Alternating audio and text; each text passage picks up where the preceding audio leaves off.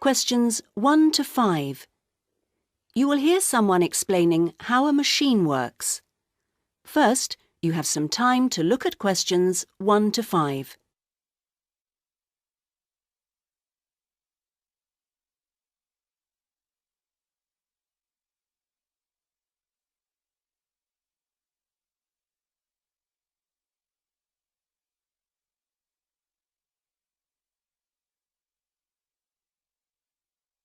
Now listen to the talk and answer questions 1 to 5. Well, the next stop on our tour of Bob's brushes is the production department, and I thought I'd just show you this.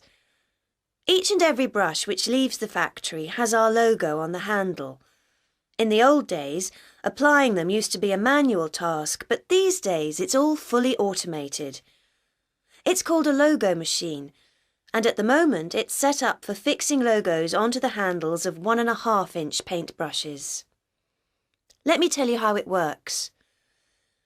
The paintbrush handles are placed into a large metal container just to the left of the conveyor belt there, called the input hopper. This hopper vibrates, causing the handles to drop down a kind of funnel one by one onto a conveyor belt. This belt then carries the handles up into the main body of the machine. As they enter the machine, the handles move onto a rotating scroll. This rotating action realigns the handles and they are then carried along to the far end. At this point, they are transferred to the handle wheel.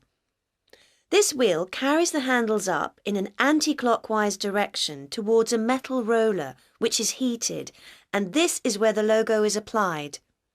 Now, about these logos. The logos arrive from the suppliers on a long strip of special paper wound round a big drum. It works a bit like putting film into a camera. You see, just to the right of the control station there, that's the logo strip payoff drum. There are about 25,000 logos on that.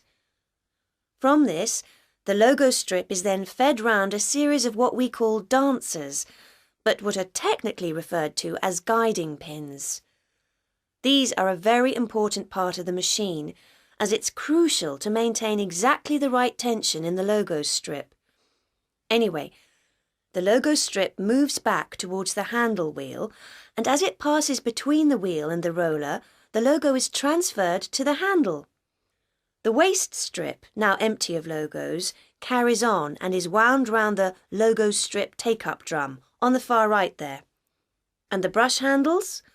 Well, after the logo is applied by the roller, they continue round and are unloaded through a special cylinder at the top left-hand side of the wheel, which blows them down a pipe into a waiting box at the back of the machine.